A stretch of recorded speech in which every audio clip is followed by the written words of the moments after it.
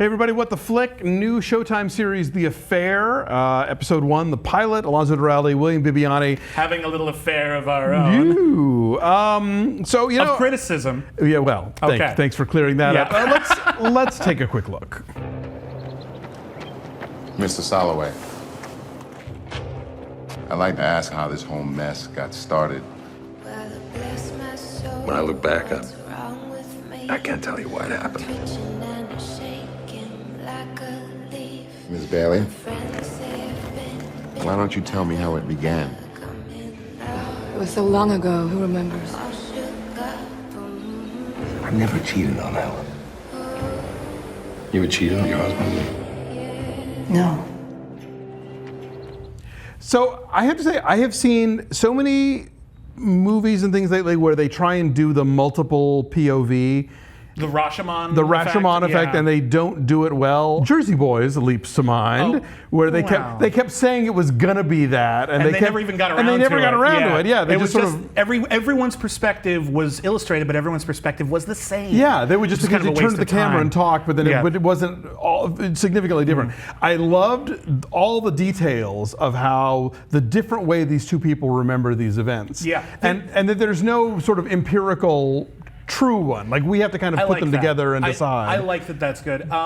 So, like, the premise of the show, for anyone who hasn't caught it yet or somehow missed the point. Why are you watching this? It's the tale of an affair from the perspective of the two different people who had it. Right. First half of the, I assume every episode is going to be his perspective or her perspective, and then we're going to switch. Yeah, unless they decide to cut back and forth, who knows? But. And so it creates this whole he said, she said approach. And I like that on a emotional, personal level. I like the way that he sees her as sort of a benign temptress. And she's initially benign anyway. Sure. And she sees him as a little too forceful, but at the same time, she is kind of like, she can't quite say no. Kind of a sophisticated hustler almost. Yeah. You know. And all that stuff is very, very interesting. But I'm going to be very disappointed in this show if every scene boils down to I remember her being the aggressor and I remember him being the aggressor. Well, you know, it's first episode. It is the first episode. No, I'm talking about it initially. Yeah. Like, initially, I'm very intrigued by it, and the subtle differences are fantastic. It's the big differences, like the lines of dialogue that go to different people. Fine, I get that.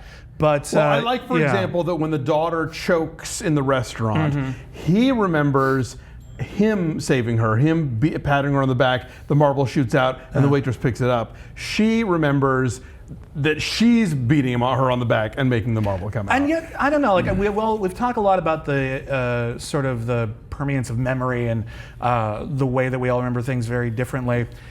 Do we really remember things that differently, like in terms of like I saved their life? No, I saved their life. Only one person was physically doing it. It's one thing to. You're not married. I'm not married. Trust me on this. You remember things differently. I do. I'll grant you that happens, but every single aspect is going to be different. That's very interesting. I also wonder if we're supposed to, or whether or not audiences are going to decide to pick a side, or if we're going to all do the legwork. Because my initial knee-jerk reaction was actually to trust hers more than his, at the very least once they started interacting. Well, he is a novelist.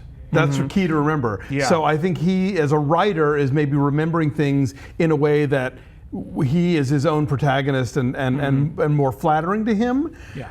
I don't know that she's necessarily entirely trustworthy either. I think what's going to make this interesting is that the entire show isn't just the moments they share together from their different perspectives. Yes. It's also all the stuff that happens when they're away from each other that sets up those moments that we get to know. We find out about his relationship with his wife and with his family and with her parents and how, you know, with their money and him not having any, and then her issues about her dead kid that he doesn't even know about yet, you know, and her marriage and her husband's family and her work and all that stuff. So if the show were nothing but, you know, scenes of the two of them together, like his version, her version, his version, her version, that would get old. But I think because they're each going to fill in their own blanks as far as all the other stuff going on, that's going to be interesting to watch. There's a line of dialogue I thought was very telling. You talk about how Dominic West is playing a writer, and he might be telling his story as a writer would, injecting a little bit more drama. There's a line that his father-in-law, played by Dominic West's old co-star from The Wire, and now he's playing Carmine Falcone on Gotham, is everyone has one novel in them. Not everyone has two. Right. So she might be telling the story as well. And we got to look at the framing device of this, I was about to which say. is very True Detective. So True Detective, I to know. the extent where it's like, I'm sure this was in development way before True Detective, Yeah. but once True Detective came out, they were like, do we want to do it exactly the same Does way? it have to be a black cop at the table? Like, I mean, like in really? the exact same room? Like it's distracting. It's not the showrunner's fault, probably, but it's weird. They didn't put True Detective in the room with the mirrors. At least there's that. You know, Yeah, they yeah, were yeah. more like in an office somewhere. But still, yeah, this is so the True Detective after a framing while, I device. was expecting it to cross over, you know, where it's like, yeah, I wrote this great book. It's about the Yellow King. Maybe you'll enjoy reading it. I'm like, Also, time is a circle. time is a flat. Whatever. I don't even know what it is anymore.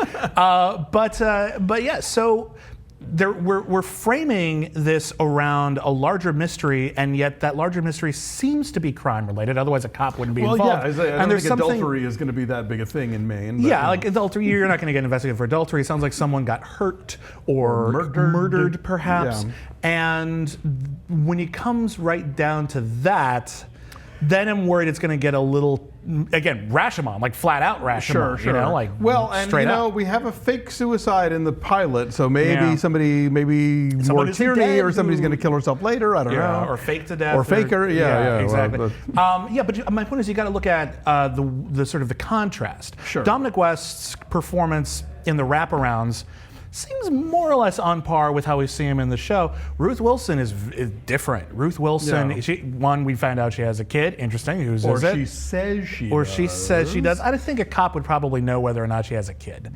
It's like a Usual Suspects thing. You got to at least use part of the real story. Right, or she's flipped out and she's talking about her dead kid. Ooh. Yeah, maybe, but like she's got a knows? much more jaded like approach to it, and it might have something to do with whatever this crime plot is. And That we'll find out obviously later. she's wearing like testimony outfit, you know, like you get the impression that she's more relaxed and loose, and she's wearing a very sort of like I am giving a deposition outfit. Yeah, and I do want to say this though.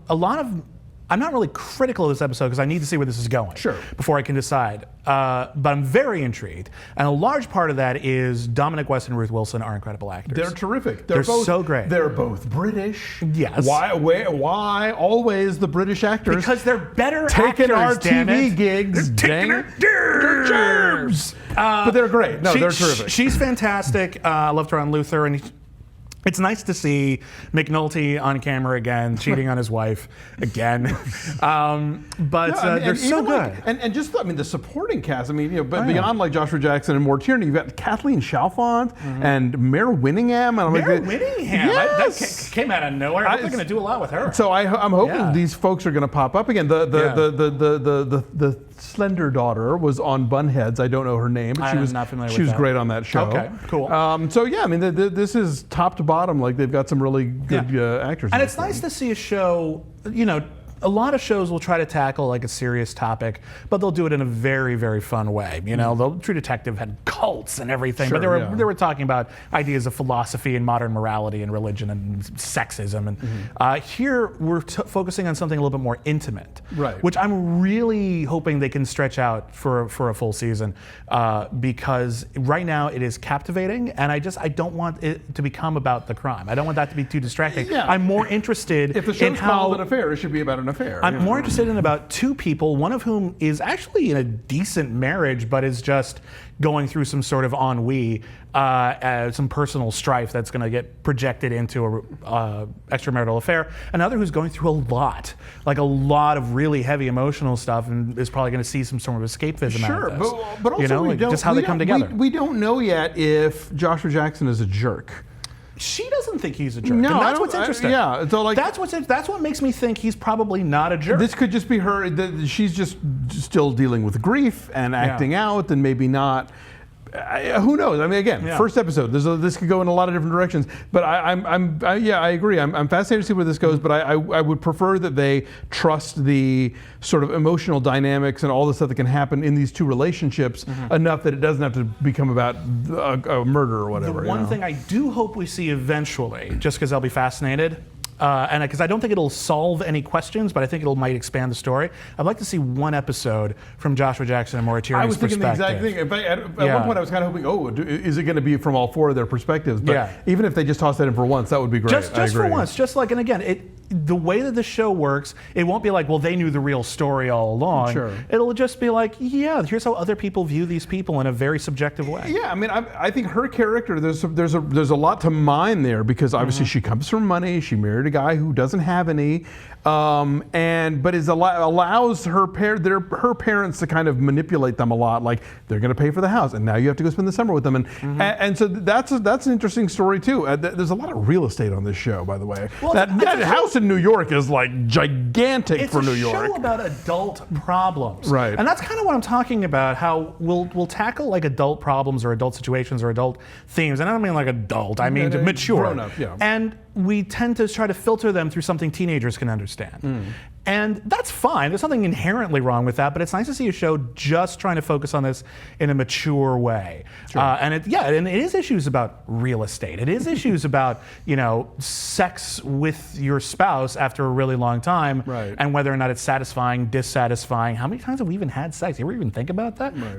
These are things that are very interesting to explore dramatically if you have a right cast, if you have great dialogue, you shoot it well. You don't necessarily need a murder mystery to make that compelling. No. So I just hope it doesn't become the focus again. So we'll see where this is going, and we hope that you will join us as we keep talking about The Affair. Thanks for dropping by. Continue the affair.